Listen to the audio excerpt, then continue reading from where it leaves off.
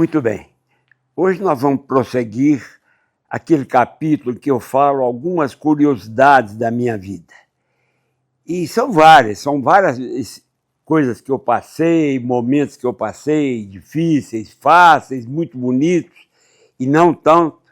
Mas eu queria mais hoje responder algumas perguntas que as pessoas me fazem sobre os capítulos anteriores que eu gravei. E um deles que eles me fazem muito é por que eu chamo a Maria Helena de Meré. Interessante, Meré não tem nada a ver com Maria Helena. Mas é que logo que Maria Helena casou-se, ela tinha 18 anos, muito novinha. E os meus irmãos fizeram os seus filhos chamarem a Maria Helena de tia Maria Helena. Tia Maria Helena, então os sobrinhos já eram maiores, chamavam tia Maria Helena. Mas tinha uma sobrinha que era muito novinha, que é a Virgínia, que hoje é uma moça, já é mãe de 2 rapazes maravilhosos. A Virgínia chamava de tia Maria Helena, que ela era pequenininha. Ô tia Maria Helena. Eu então aproveitei esse Maria Helena dela, tirei o Helena e ficou Meré. E todo mundo passou a chamar a Maria Helena de Meré. Então é por causa da Virgínia que chamava a Maria Helena de tia Maria Helena. E hoje é uma senhora já com 2 filhos maravilhosos, uma família linda, que eu amo muito, mas tudo nasceu nisso aí. Como muita gente pergunta, eu estou falando. Outro assunto que eu queria falar é que no primeiro capítulo meu, quando eu contei da dificuldade que a mamãe tinha para criar a família, eu falei que nós tínhamos um irmão que tinha uma doença e que ele ficou 6 anos de cama. Era uma doença, na época, incurável. Era osteomielite. Essa doença não tinha cura. E a mamãe penou com isso durante 6 anos. Eles chegaram a vender tudo que eles tinham para tentar curar o meu irmão. Eu lembro que, no princípio, eu falei da dificuldade que a família passava, porque não tinha recurso e tudo que tinha era destinado para tentar salvar o Jorginho. E foi aquela luta intensa. E teve um fato aí que precisa ser gravado, porque poucas pessoas no mundo sabem disso, e eu quero deixar gravado aqui. A mamãe ficou sabendo, Jorginho doente, de cama, 6 anos de cama.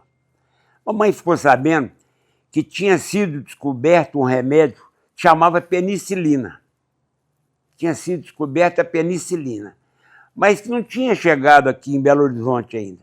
Belo Horizonte era um nenenzinho, tinha 40 anos de idade, Belo Horizonte, era tudo muito pequeno, tudo muito sem recurso, e a mamãe doida com aquilo, com os hospitais que tinham na época, e ela ficou sabendo, descobrir um remédio aí que pode salvar o Jorginho, chama penicilina.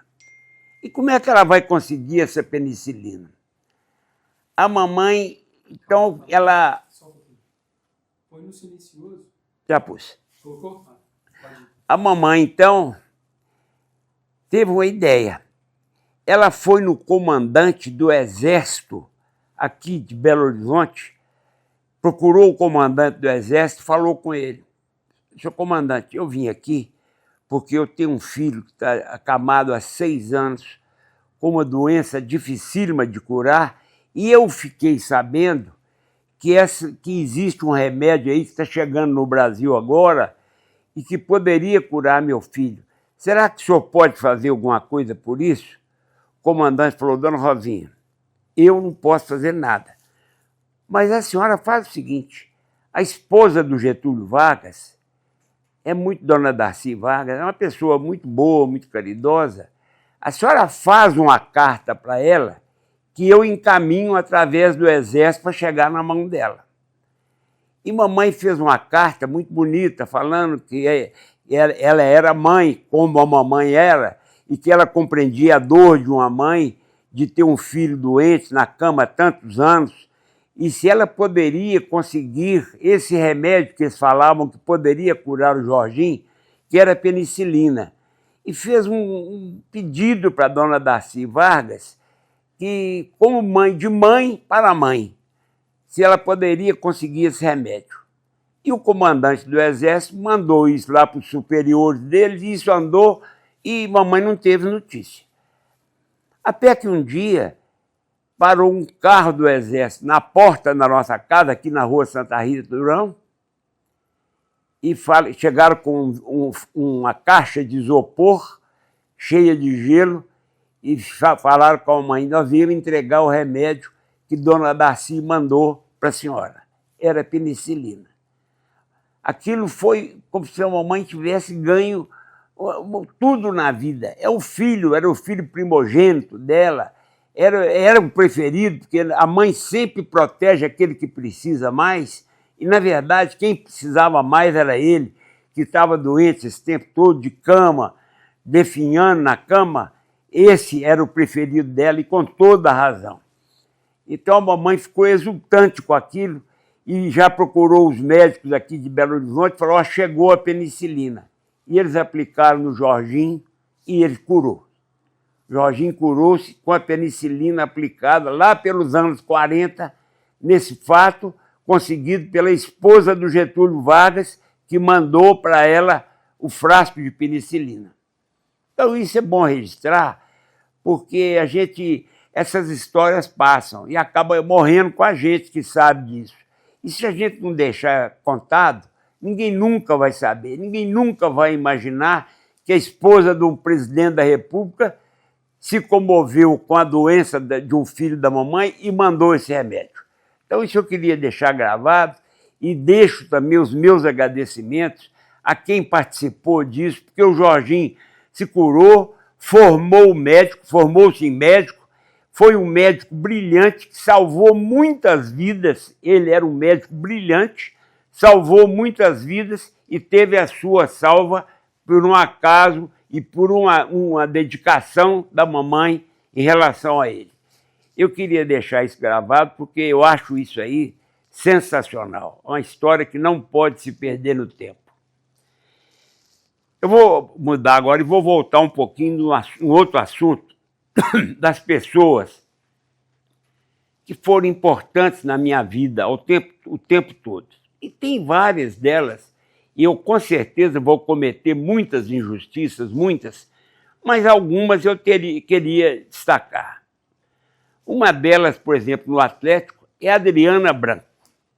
Adriana Branco é uma pessoa excepcional. A Adriana era o braço direito de todo mundo no Atlético. Ela resolvia todos os problemas, desde um problema com a faxineira até o problema com o jogador lá em cima, tudo passava na Adriana Branco para resolver. E ela resolvia tudo, todos os problemas que levavam para ela eram resolvidos. Eu até brincava que a sala dela era a faixa de Gaza, que ali chegavam todos os problemas para a Adriana e ela resolvia tudo saía dali com solução. Eu era presidente do Conselho Deliberativo, o Alexandre Calil, presidente do Atlético. E tanto eu quanto ele, nós precisávamos muito da Adriana. Porque a Adriana era aquela pessoa que, na hora dos problemas, ela acalmava e, na hora da nossa calma, ela levantava o problema que estava acontecendo. E sempre com solução. Ela nunca chegou com um problema para mim que ela não viesse com a solução junto. Porque é importante isso. Falar o problema é uma coisa, agora falar: olha, doutor Emir, nós estamos com isso assim, mas eu acho que a solução seria isso. É outra coisa do que chegar, soltar o problema na mão de quem for e largar para lá. Não, ela era uma pessoa extraordinária. Ela, quando o Atlético foi jogar lá em Marrocos, ela foi um mês antes, preparou a chegada do Atlético, a estada do Atlético no hotel, tudo preparado. Quando a delegação do Atlético chegou, não teve nenhum problema, estava tudo resolvido, todos os problemas resolvidos, o hotel com os quartos de cada jogador, quarto disso, onde é que a comissão técnica ia ficar, onde é que o fulano ia ficar, tudo acertado um mês antes. Quando a delegação chegou lá, já estava tudo resolvido. Isso é capacidade da pessoa. Não são todas as pessoas que conseguem fazer isso. E a Adriana fazia.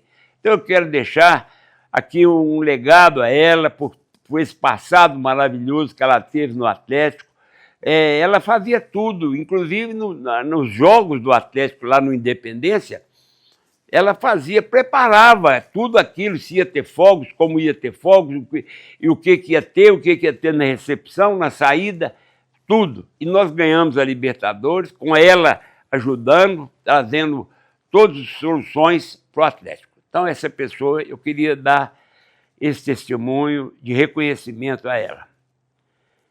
Para Campolina agora, vamos para Campolina. Campolina, eu fui presidente lá há 12 anos. Foram 4 mandatos de 3 anos, com um intercalado no meio. Então foram 2 mandatos, fiquei um fora e mais 2 mandatos. 12 anos. E eu contei com uma pessoa lá, no nível da Adriana, mas na Campolina, que era a Lili. A Lili era tudo na Campolina. Primeiro, quando eu assumi a presidência da Campolina, eu já contei isso, eu vou só repetir para contextualizar tudo.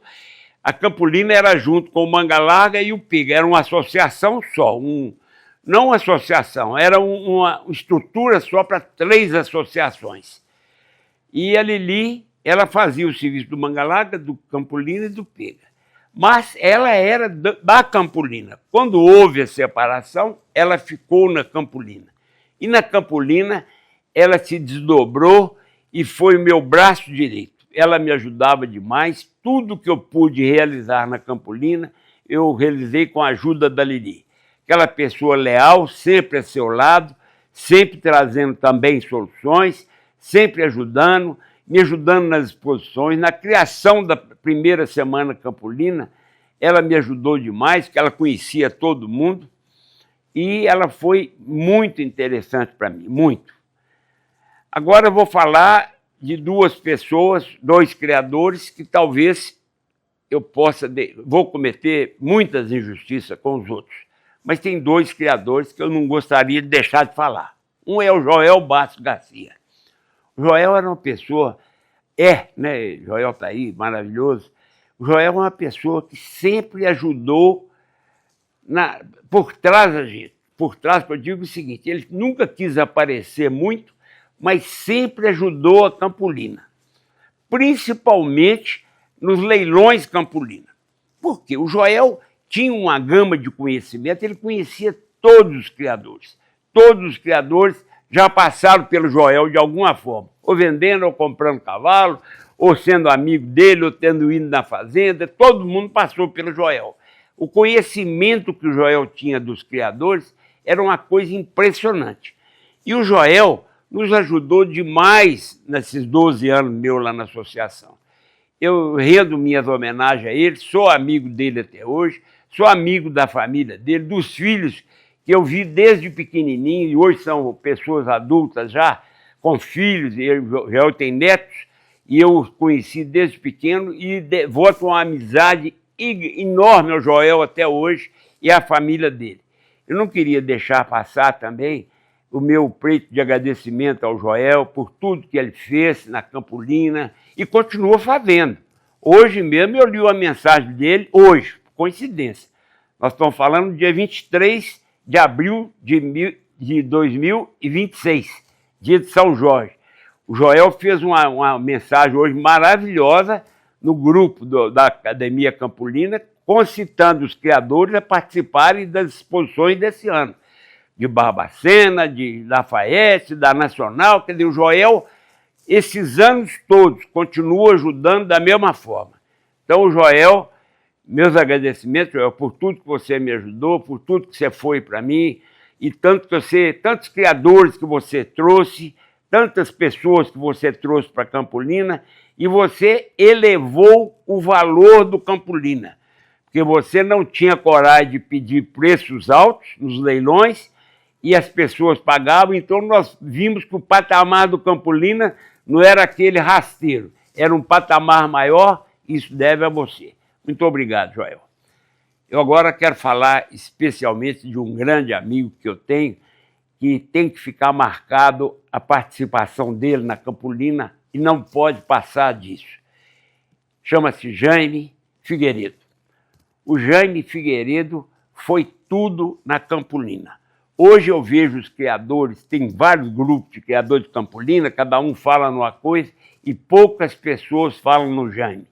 Mas poucas pessoas sabem o valor que o Jaime Figueiredo teve na raça Campolina. Eu vou só exemplificar algumas coisas assim que me vem à cabeça nesse momento. O Jaime participou de tudo, participava de tudo. E não era participar de levar em cavalo em exposição, não. Ele participava da organização com aquele entusiasmo que é próprio dele, ele trazia soluções. Era uma pessoa maravilhosa, o Jaime Figueiredo. E vou contar para vocês, o nosso mercado era muito restrito a Minas Gerais. Embora a associação fosse brasileira, ele era muito restrito a Minas Gerais. E, de repente, o Jaime Figueiredo enxergou que o dinheiro, os grandes potenciais de criadores não estavam aqui, estavam em São Paulo. E o Jaime Figueiredo, então, falou, vamos levar o cavalo Campolina para São Paulo. Mas não é de levar cavalo em exposição, pegar, pôr no caminhão e levar, não.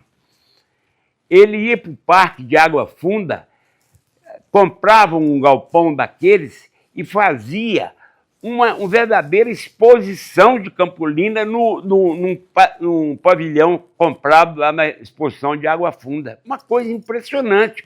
Não era como é hoje aqui na Gamileira, eu vejo a pessoa compra um pavilhão, faz um bar na frente para beber chopp e ninguém sabe que tem cavalo atrás, porque nem vai visitar. Ele é o contrário. Ele não tinha chopp, mas tinha cavalo. Ele tinha uma tropa maravilhosa. Ele então abria aquele pavilhão de fora a fora nas baias, fazia as baias dele, punha o frevo, que era o grande reprodutor que ele tinha, a Coca-Cola, as outras éguas que me faltam aqui agora, porque eu estou falando rápido, mas eram só éguas, canhões de égua, cada égua mais linda e melhor do que a outra.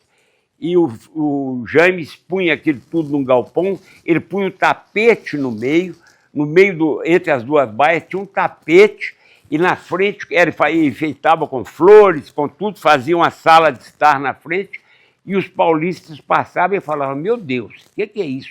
Aqui nesse parque de exposição, parece que nós estamos num outro mundo. Era o estande do Jaime Figueiredo. Era uma coisa de vocês não acreditarem.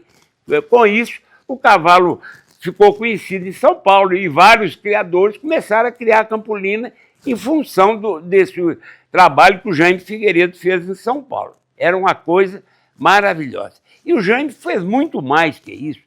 O Jaime levou cavalo em esteio no Rio Grande do Sul, mostrou o cavalo Campolina lá no Rio Grande do Sul, onde só tem cavalo crioulo, e os gaúchos são muito tradicionalistas, e só valorizavam aquele cavalo. O Jaime pegou, levou o cavalo lá, mostrou o Campolina lá, montava, e fez um tanto de apaixonados pelo Campolina no Rio Grande do Sul. O Jaime também teve a ousadia de levar cavalo na Alemanha. Ele pegou os cavalos dele aqui, um casal, parece que foram um cavalo e uma égua, pôs num avião e mandou numa exposição na Alemanha, na Equitana. Gente, isso não é coisa desse mundo. E pouca gente sabe disso. Os criadores de hoje nem sabem quem foi Jaime Figueiredo, ou quem conhece, porque o Jaiminho ele é muito comunicativo, tal, mas ninguém sabe a importância do Jaiminho dentro da raça Campolina. Isso eu quero deixar gravado aqui, porque são muitas outras coisas. O Jaiminho participava das nossas cavalgadas, ele colocava um trailer que acompanhava a cavalgada, e as filhas dele, mocinhas novas, montavam a cavalo. Quando chegavam nas pousadas, em vez delas dormirem nos hotéis, dormiam no trailer que ele levava junto. Esse era o Jaiminho Figueiredo. E isso que ele fazia. Participava das provas funcionais. Ele tinha uns cavalos muito bons e muito destemido. O Jaiminho era uma pessoa muito destemida. Tanto é que ele era corredor de automóvel também. Ele corria nessas fórmulas que tem aí hoje, não na Fórmula 1, mas nessas fórmulas aqui do Brasil. Ele era corredor de automóvel e corredor de lancha também. Quando tinha competição de lancha lá em Angra, ele competia também. Então o Jaiminho era um destemido. E sendo destemido, ele participava das provas funcionais em vantagem para os outros. Quando nós fizemos a corrida no Jockey Club, corrida de cavalo Campolina no Jockey Club, para mostrar mais uma habilidade do cavalo Campolina, quem ganhou a corrida? Jaime Figueiredo.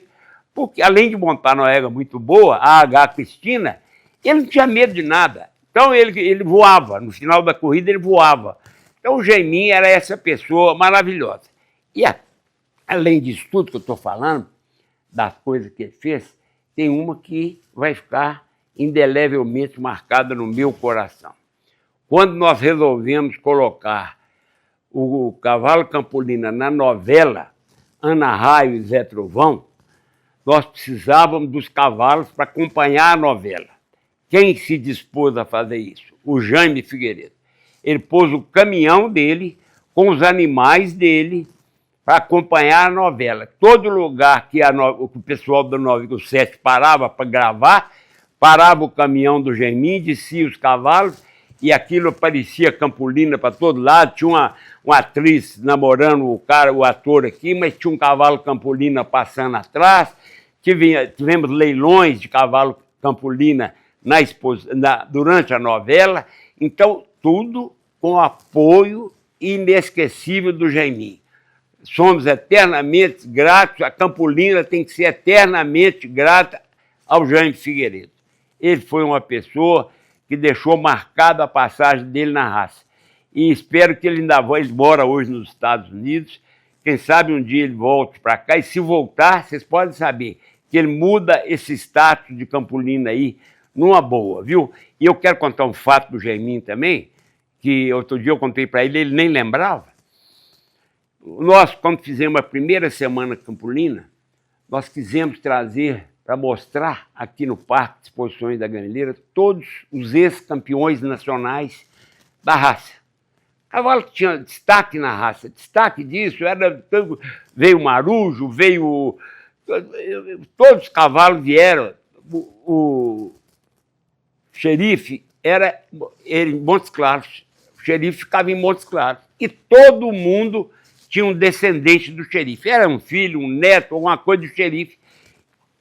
E o senhor Bolivar não se dispôs a trazer o xerife na época, porque o Emílio, o cavalo é velho, não tem condução boa para ele, para trazê-lo aqui, eu fico com medo, tudo. O Jaiminho falou assim, eu busco. E o Jaiminho colocou o caminhão dele, foi a Montes Claros, trouxe o xerife para a exposição, todo mundo pôde conhecer o xerife de passatempo aqui no Parque da Gameleira por causa do Jaiminho. Ele mandou buscar, quando acabou a exposição, ele mandou levar em Montes Claros, no caminhão dele. Então isso a Associação Campolina deve a você, Jaiminho, por tantas coisas importantes que você fez. Bem, continuando aí o capítulo que nós estamos fazendo sobre as curiosidades da minha vida, tem uma que é sui generis. A noite que eu passei no DOPS, Departamento de Ordem Política e Social de Minas Gerais, em 1964, o ano da Revolução aqui no Brasil. Mas não passei preso, não. Mas passei a noite no DOPS. Eu e o meu irmão Lício, nós dois tivemos que passar a noite no DOPS. Eu vou contar para vocês o que aconteceu. O DOPS, na época, era assim, era o lugar que todos os presos políticos iam, ficavam, e aquela coisa, o DOPS dava medo até da gente passar na porta. Aliás, nem passava na porta. Ele era tão respeitado que ali na Avenida Afonso Pena, eles barraram só deixavam uma fila de carro passando para não passar nem perto do DOPS, com medo de algum atentado, alguma coisa. Esse era o DOPS aqui de Minas Gerais, de 64. A Síria, desde que saiu do protetorado da França, em 1946, ela foi dirigida por generais. Os generais tomaram conta do governo da Síria. E o general durava 2 anos, 1 ano e meio, e era deposto por outro, e passava mais 2 anos, era deposto por outro. Então, houve uma alternância muito grande no governo da Síria de generais. Mas tinha um general que foi presidente da Síria, que chamava Shishakli. E esse Shishakli era um homem muito bravo, um general que ele depôs o antecessor, e ele era do governo do antecessor, depôs e tomou o governo. e ficou. E esse general tinha uma particularidade. Ele perseguia demais os drusos. Os drusos moravam lá no sul da Síria, num lugar que chama Mazar al-Druz, é uma região da Síria lá, e eles eram 200 mil pessoas. 200 mil, era uma população enorme, e esse Shishakli perseguia os drusos de uma forma violenta. Mandou até bombardear lá o lugar lá onde os drusos moravam. E prendeu os dirigentes drusos, enforcou todos. Então ele foi terrível para os drusos, terrível. E os drusos lá da Síria e de todo o Oriente, tinha no Líbano, tinha na Jordânia, tinha drusos e tem até hoje, mas eles detestavam o Shishakli. Detestavam o Shishakli. E ele, como lá na Síria eu já disse que havia uma alternância de generais, em 1954 ele foi deposto. Ele parece que pegou o governo em 51, e em 54 ele foi deposto. Foi deposto e fugiu da Síria para o Líbano. Fugiu do Líbano ele foi para a Jordânia, da Jordânia ele foi para a Arábia Saudita, sempre escondido, porque os drusos juraram ele de morte. Onde ele estivesse, ele era um homem jurado de morte. O Shishakli era presidente da Síria. E ele sempre se escondendo e ficou amigo do rei lá da Arábia Saudita, daquele Saúde lá, e eles deram muito dinheiro para ele, e ele então resolveu vir para o Brasil e veio se esconder aqui no Brasil. Anonimamente, ele chegou no Brasil e foi morar lá em Goiás. E foi para o norte de Goiás. Comprou umas terras, ele tinha dinheiro, porque o rei da Arábia Saudita tinha dado muito dinheiro para ele tinha dinheiro, ele comprou umas terras no norte de Goiás, onde hoje é o estado de Tocantins. Mas as terras eram fracas para o que ele queria. E conversando com as pessoas lá, eles falaram, tem um lugar lá em Goiás que se planta arroz e que é uma terra maravilhosa. Ele então mudou-se lá desse lugar para Ceres, em Goiás, e lá ele comprou uma fazenda e começou a ser um fazendeiro, mas ninguém sabia que ele era o presidente Shishakli. Era um sírio que veio e ficava aí. E foi plantando arroz e aquele negócio todo, até que a revista O Cruzeiro fez uma reportagem com ele, não como presidente, como um plantador de arroz. E nessa hora alguém percebeu que era ele o Shishakli. Então descobriram que o Shishakli estava no Brasil e em Goiás. E os drusos nunca perdoaram ele, porque era a perseguição que ele fez lá. Nunca perdoaram. Então o que aconteceu? Um dia ele estava, foi de dia 27 de setembro de 1964, ano da Revolução aqui no Brasil. Ele estava saindo de uma casa de uns amigos, indo para casa, quando chegou perto dele um sírio e discutiu com ele, e o pessoal não sabe o que os dois discutiram, porque ninguém sabia que era um senhor que plantava arroz com uma pessoa. Eles discutiram, de repente essa pessoa tirou um revólver e deu 5 tiros nele. E quando ele estava caído, ainda deu mais um tiro e chutou ele. Era o tal desprezo que eles tinham do Shishakli. E essa pessoa foi embora, saiu correndo, escondeu e ficou. E a polícia chegou e aquele negócio, descobriram que tinham matado um ex-presidente da Síria, Shishakli.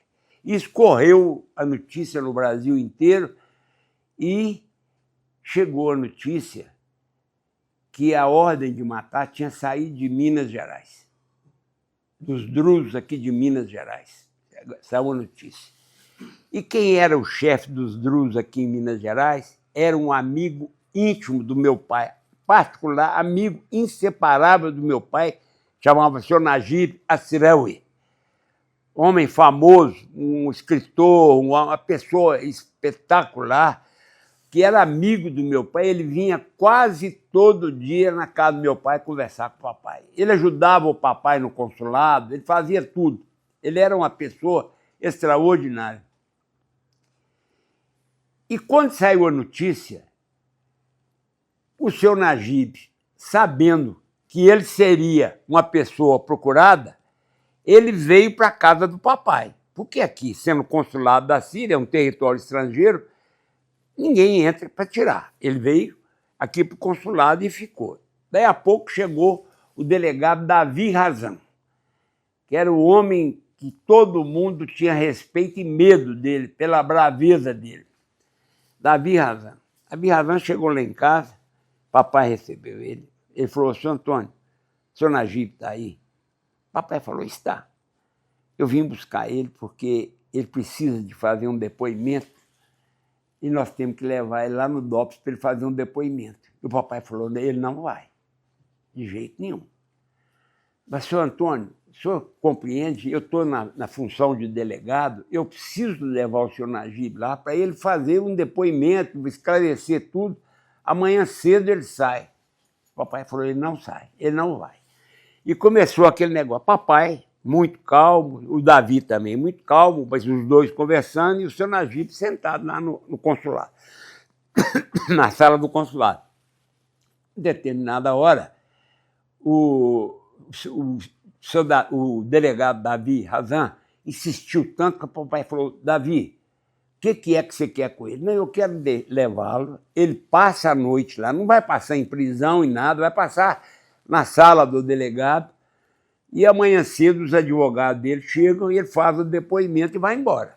Aí papai falou, Davi, ele vai, mas meus filhos vão com ele, porque vocês têm fama de maltratar todo mundo lá no DOPS e os meus filhos vão com ele. Pode? Pode. Então vão os dois. Aí papai me chamou, eu e o Lício, vocês vão com o seu Najib? Claro que vão. Aí fomos nós três no carro, eu, o seu Najib, o Lício e o carro do delegado atrás, fomos para o DOPS ali na Avenida Afonso Pena. Chegamos lá, sentamos na sala, como nós estamos aqui agora, e ficamos a noite inteirinha batendo papo, esperando chegar de manhã para os advogados. Ele tinha filho advogado, o seu Najib, famosos, os filhos e netos dele são advogados famosos aqui em Belo Horizonte e no Brasil todo. Mas acho que eles ainda estavam meio no princípio, eu sei que eles iam chegar de manhã. E nós passamos a noite no DOPS. Chegou de manhã, a mamãe mandou café para nós lá, para todo mundo. Chegou o motorista lá com café e pão para todo mundo, os delegados todos. E nós ficamos lá. E o senhor Najib, então, chegaram os netos dele, os filhos. E o senhor Najib, então, fez o depoimento e nós fomos embora para casa. Então, essa história é interessante, porque eu passei uma noite no DOPS.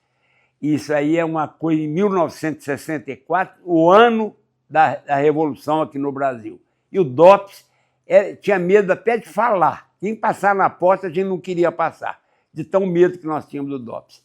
Isso é uma história que eu queria deixar contada aqui. E agora eu vou voltar no papai. Papai era um homem muito interessante. Eu sempre falei que o papai ele era adiante do seu tempo. O papai veio da Síria com toda a dificuldade do mundo, mas o papai pensava grande. Ele não pensava em... Ele vendeu mercadoria quando chegou, porque era a sobrevivência que ele precisava. Essa história eu já contei num capítulo aí, a minha história. Mamãe abrindo um armazém, aquilo tudo já contei.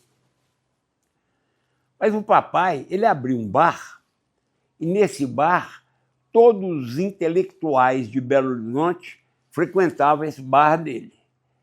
E o papai era muito afável, eles gostavam de conversar com o papai. Eu não estou assim lembrando os nomes das pessoas, mas eu acho que Abílio Machado e todas essas pessoas que eram proeminentes na literatura aqui em Belo Horizonte, eles se reuniam no bar do papai. E o papai contava as histórias da Síria para ele, e ele gostava de contar e ensinar o papai a escrever. O papai falava árabe, falava português, mal, porque o papai já falava muito arrastado, mas ele falava bem português, mas escrever, eu não sei se ele escrevia tão bem. Mas eu sei que o papai era tão à frente do tempo dele que com toda essa dificuldade o papai deixou um livro escrito em português.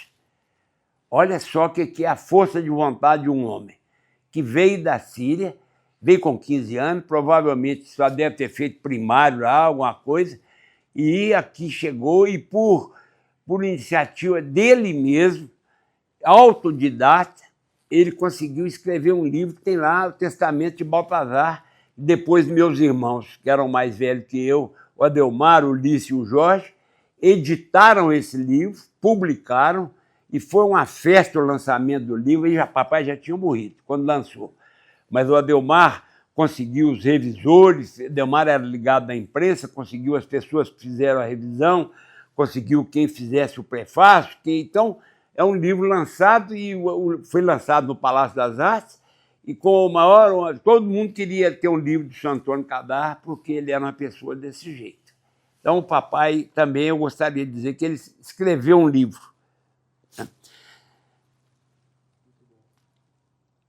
Outra coisa que eu queria dizer. Muita gente me pergunta por que a Maria Helena parou de desfilar no Salgueiro. Nós estamos mudando os assuntos, mas é porque são as curiosidades. Então, as curiosidades são diferentes mesmo. Nós estávamos falando do papai, agora estamos falando da Maria Helena.